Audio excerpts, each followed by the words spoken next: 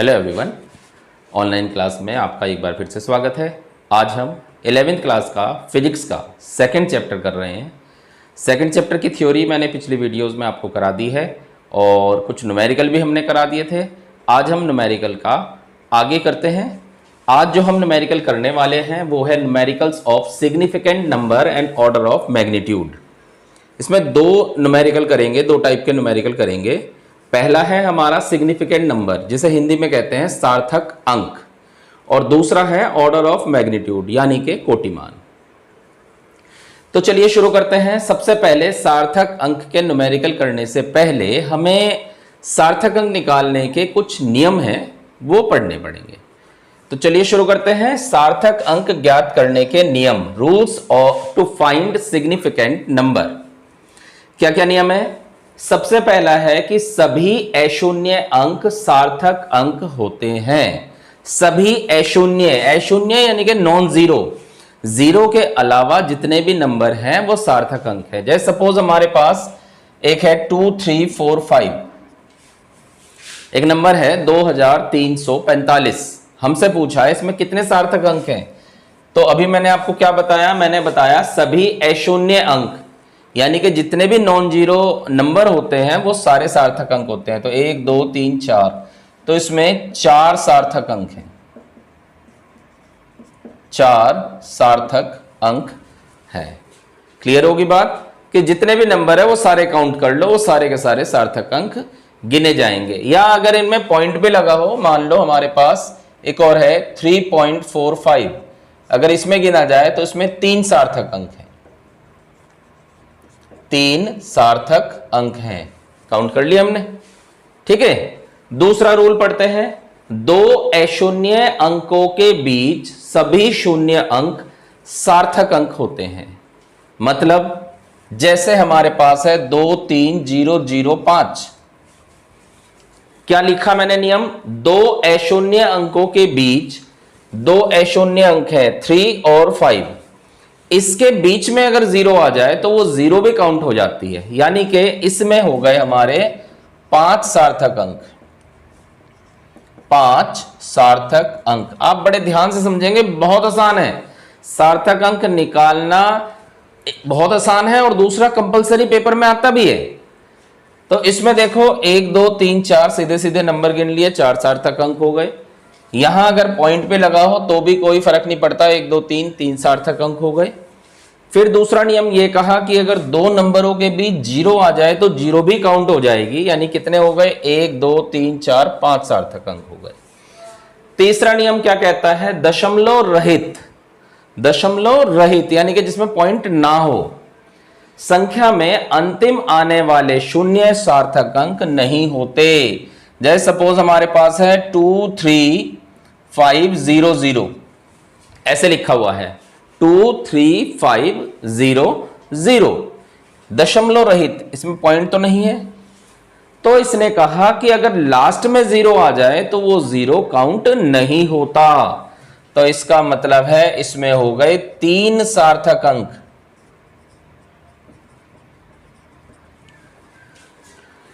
Next क्या कहता है? दशमलव रहित संख्या यदि किसी माप को व्यक्त करती है तो अन्य शून्य सार्थक अंक होगा। मतलब ऊपर और नीचे वाली बात सेम ही है, यह भी दशमलव रहित है, लेकिन इसमें कहा अगर किसी माप को व्यक्त करता है। जैसे मान लो मैंने लिखा 2300 लीटर, 2300, अगर खाली 2300 लिखा होता, बस कुछ नहीं लिखा होता आगे, तो इसमें सार्थक अंक होते केवल 2, क्योंकि 0 काउंट नहीं होगी। लेकिन अगर इसके आगे कुछ मात्रक लिख दे, कुछ माप लिख दे, किसी को माप रखा है, जैसे कि 2300 लीटर कह दिया, यानी कि किसी की माप हो गई, तो ये गिने जाएंगे। यानी कि इसमें हो गए 4 सार्थक अंक।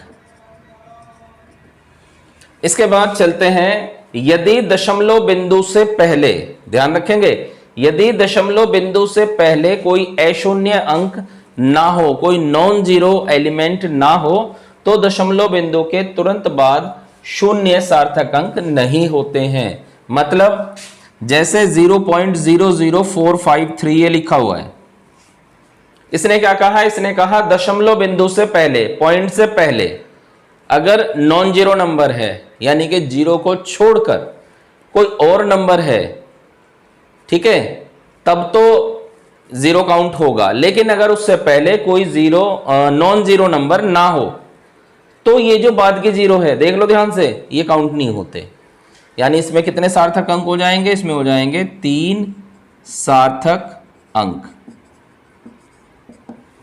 दोबारा समझ लें, यदि दशमलव बिंदु से पहले कोई अशून्य अंक ना हो, अशून्य अंक ना हो, तो इसके बाद जो जीरो आती है वो सार्थक अंक में काउंट नहीं होगी। तो इसमें 3 ही सार्थक अंक हो गए।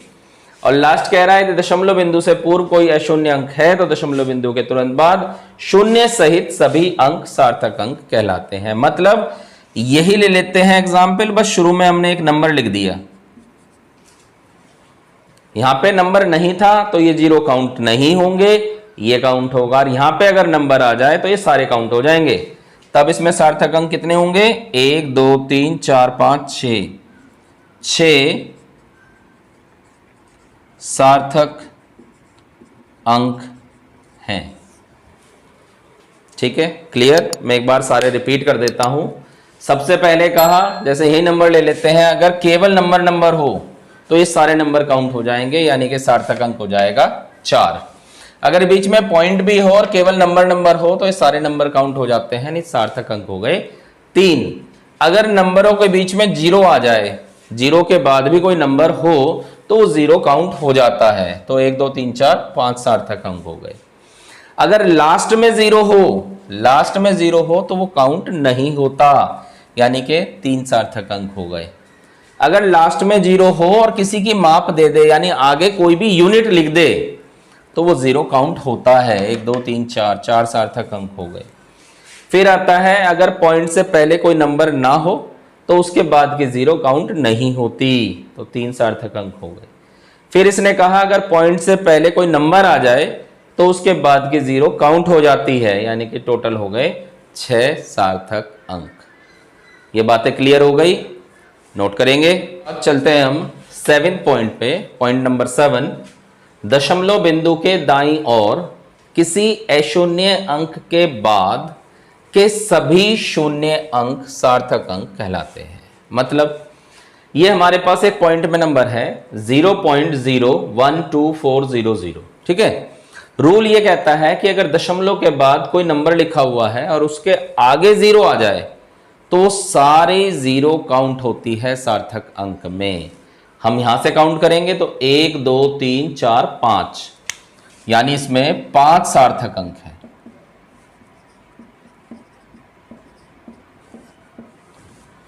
ऐसे इधर आ जाएं, 2.455 आगे 00 लिखा हुआ है तो ये सारे काउंट हो जाएंगे। 1 2 3 4 5 6 सार्थक अंक हैं, ठीक है। इसके बाद किसी संख्या को 10 की घात में लिखने पर सार्थक अंक नहीं बदलता है। मतलब क्या हुआ, जैसे हमारे पास एक संख्या लिखी हुई है 5 1 2 4, ठीक है।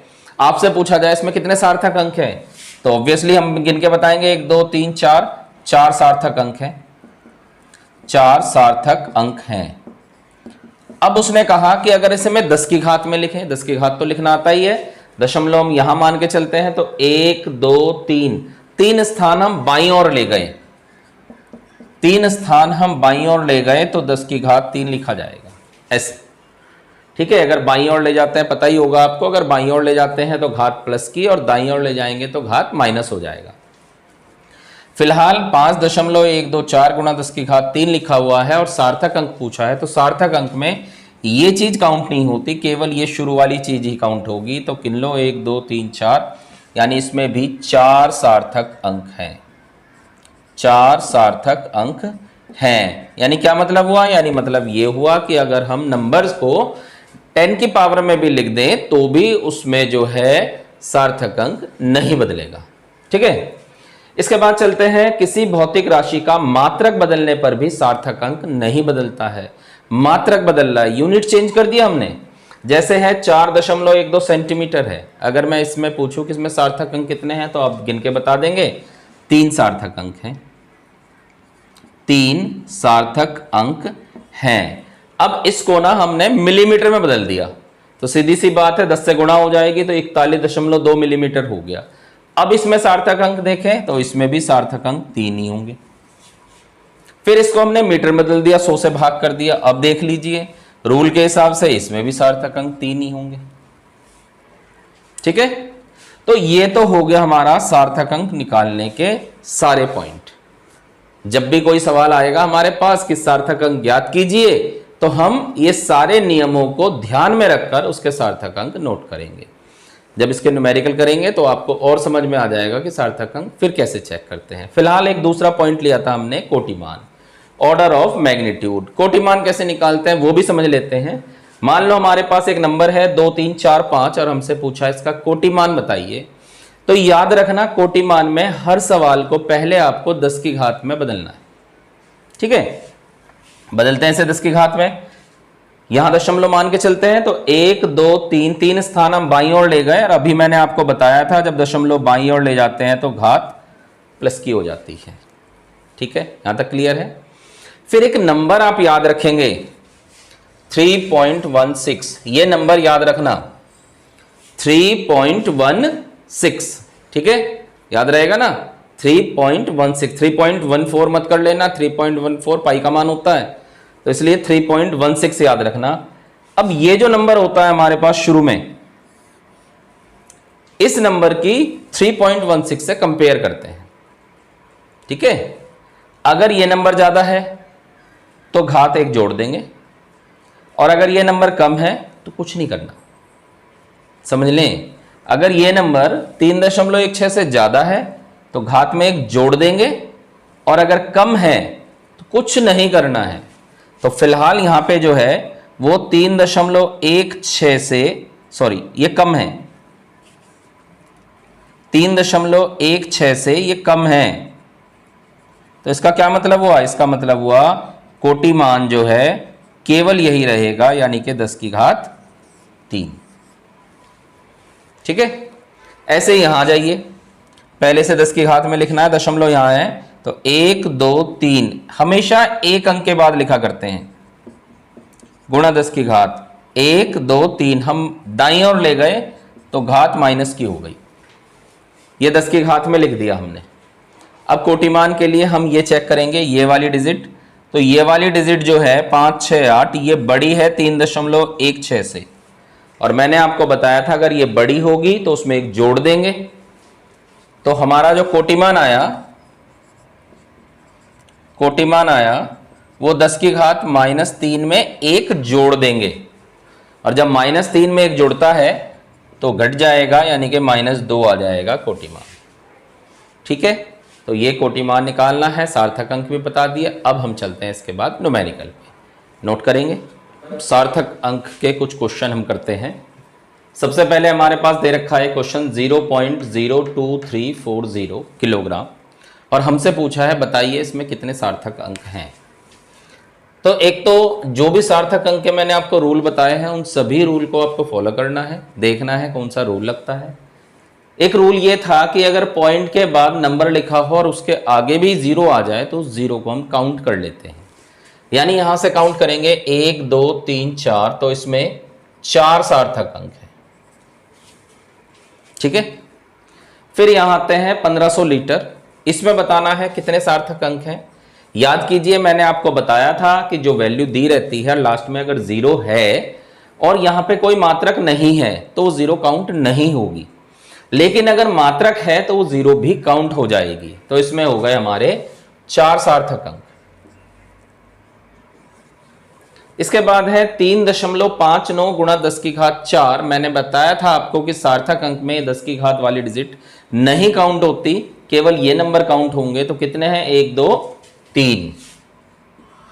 3 सार्थक अंक है। फिर उसके बाद ये वही बात आ गई, पॉइंट के बाद 0 है तो 0 सारी काउंट हो जाएंगी। तो 1, 2, 3, 4, 5 सार्थक अंक है। इसके बाद क्वेश्चन नंबर 5 में देखो, पॉइंट के बाद अगर बीच में जीरो है, कोई नंबर नहीं है, तो ये जीरो काउंट नहीं होती, यानी कि इसमें आ गया हमारा एक सार्थक अंक। और इसके बाद यहां आता है वही बात होगी, पॉइंट के बाद जीरो काउंट हो जाएगा, तो 1 2 3 4 5, 5 सार्थक अंक है। ठीक है, ये तो एक टाइप के क्वेश्चन हो गए कि जिसमें हमारे पास एक डिजिट दे देगा, एक नंबर दे देगा और उसमें पूछ लेगा कि बताइए सार्थक अंकों की संख्या कितनी है। तो आई होप ये आपकी समझ में आ गया है, क्योंकि आपने रूल अगर फॉलो किए हैं तो। इसके बाद आगे क्वेश्चन आता है हमारे पास, इस तरह से क्वेश्चन भी आएंगे, 43.753 तीन सार्थक अंकों में व्यक्त कीजिए। इसमें सार्थक अंक वैसे तो हैं 1 2 3 4 5, हमें 3 सार्थक अंक तक व्यक्त करना है, तो तीसरा सार्थक अंक हमारा यहां खत्म हो जाता है। ठीक है, लेकिन इसके आगे भी एक बात है कि इसके आगे अगर 5 या 5 से ज्यादा कोई नंबर है और उससे आगे भी कोई नंबर हो तो आप इसे एक बढ़ाएंगे। ध्यान रखो, इस बात को मैं बता दूं, अगर यहां 5 या 5 से ज्यादा है, उससे आगे भी कोई नंबर है, ठीक है, यानी कि ये बात समझ लें, ये 53 हो गया, राउंड फिगर में 50 से ऊपर चला गया, तो इसका मतलब ये हो गया कि यहां पे आप एक काउंट कर देंगे, तो ये 43.8, क्योंकि आपको 3 सार्थक अंकों में व्यक्त करना है। समझ लें ये 7 है, 7 से आगे जो नंबर है उस नंबर को चेक करेंगे, अगर वो 5 या 5 से ज्यादा हो तो इसमें एक बढ़ा देंगे, कम हो तो छोड़ देंगे। ठीक है ना, ये बातें तो आप जानते ही हो। इसके बाद यहां आ जाते हैं, यहां भी इसने कहा कि 3 सार्थक अंक तक करना है हमें, 3 सार्थक अंक तक, ध्यान रखें 3 सार्थक अंक तक करना है। हमारे पास जो है ये 0.04538 इस तरह से लिखा हुआ है। ठीक है,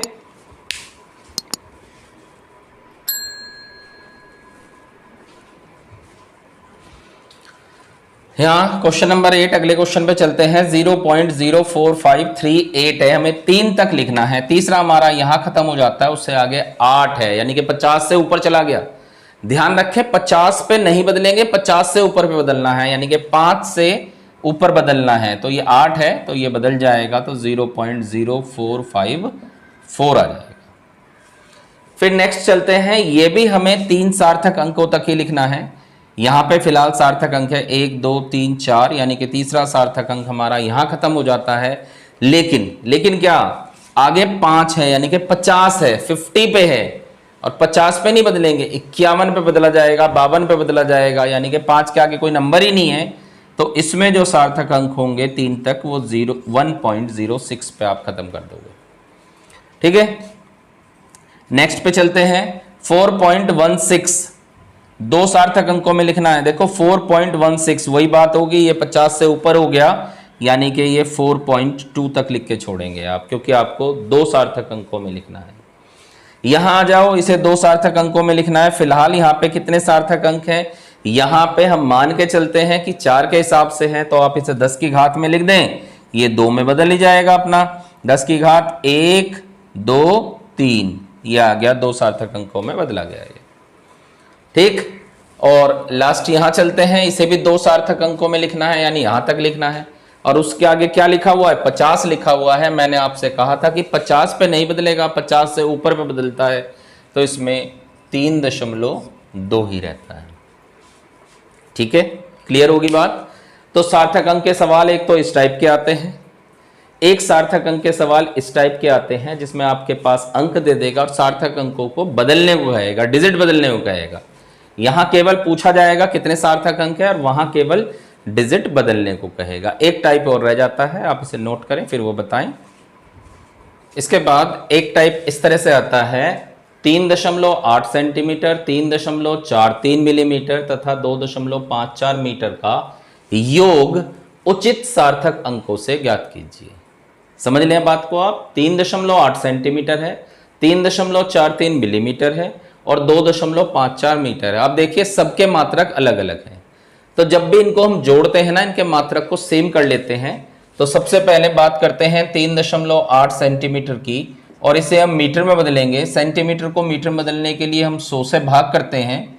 अब ये मीटर में बदल जाएगा तो 2 अंक पीछे चला जाएगा, तो 0 यह आ जाएगा हमारे पास 1 2 यानी कि 3 8 मीटर। ठीक है, अब देखिए दशमलव यहां है 1 और 2 यानी कि एक तो यहां आएगा और एक 0 आगे चला जाएगा, तो 0.038 मीटर आ गया। ऐसे ही दूसरा 3.43 मिलीमीटर है, इसको अगर मैं मीटर में बदलूं तो इसे मुझे 1000 से भाग करना पड़ेगा। अब ये मीटर बदल जाएगा तो यह आ जाएगा 0.00343 मीटर आ जाएगा। और तीसरा हमारा 2.54 मीटर तो था ही, तो ये एज इट इज 2.54 मीटर ही रहेगा। अब इन्हें जोड़ना है, अब हमें इन तीनों को जोड़ना है, तो योग कर लेते हैं हम।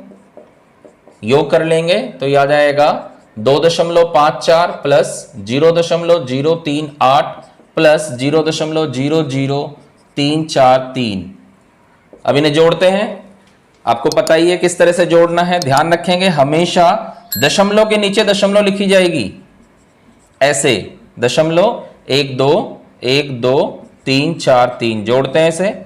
ये आ गया 3 4 8 3 11 का 1 1 8 5 और 2, तो यह आ जाएगा हमारा 2.5813। अब हमें उचित सार्थक अंकों में निकालना है। ध्यान रखेंगे जिस डिजिट को हम जोड़ रहे हैं ना, उसमें देखेंगे पॉइंट कम से कम कितने प्लेस तक है। यह है 5 प्लेस तक, यह है 3 प्लेस तक, यह है 2 प्लेस तक, कम से कम 2 प्लेस तक है, यानी हमें सार्थक अंक 2 अंकों तक निकालना है।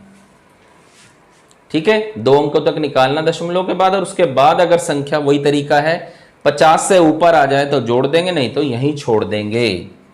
तो उचित सार्थक अंक के हिसाब से अगर हम योग निकालें तो हमारा आंसर आ जाएगा 2.58 मीटर। ठीक है, क्लियर। बस इस तरह से ही ये वाले क्वेश्चन थोड़े से चेंज है, थोड़ी कैलकुलेशन है, फिर वही तरीका अपना सार्थक अंकों को देखते हुए। अगला क्वेश्चन है हमारा,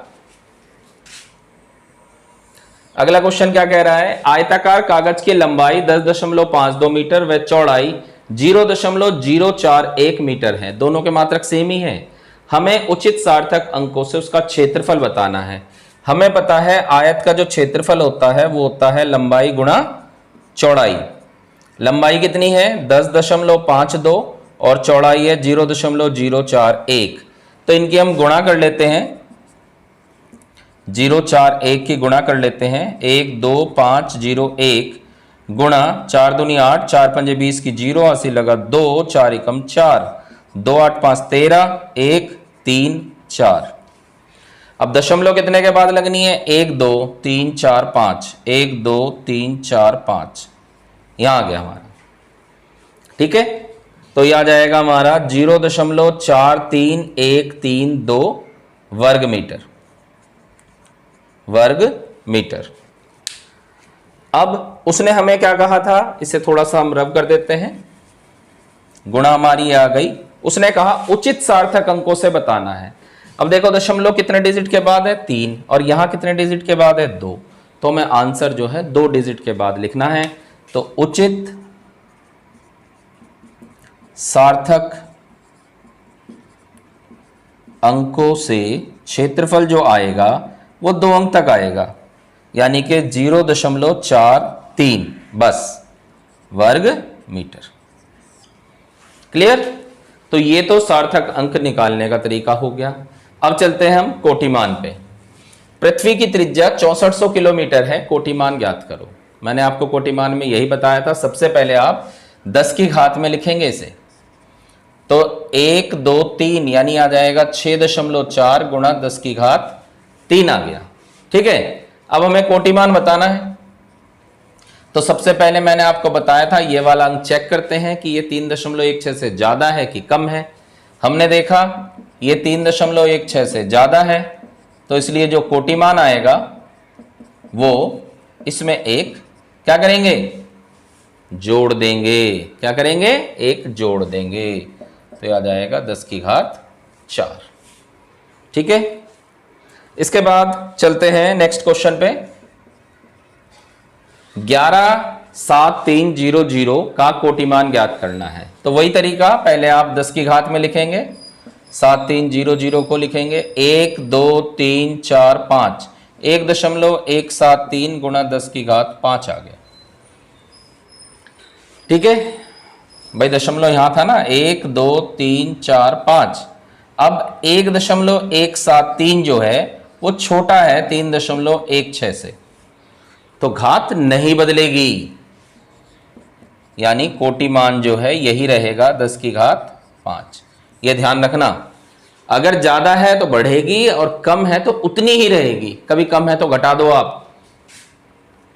यहां 3.7 गुणा 10 की घात -25 किलोग्राम है, और ये जो है 3.7 वो बड़ा है 3.16 से, तो इसलिए जो हमारा कोटिमान हो गया वो हो गया 10 की घात -25 में हम 1 जोड़ देंगे तो 10 की घात -24 किलोग्राम आ जाएगा। क्लियर? उम्मीद है आपको ये दोनों टाइप के न्यूमेरिकल समझ में आ गए हैं। आप इन्हें ध्यान से करें। फिर भी अगर इसमें किसी क्वेश्चन में आपको कुछ डाउट है तो आप कमेंट में पूछ सकते हैं। Thank you.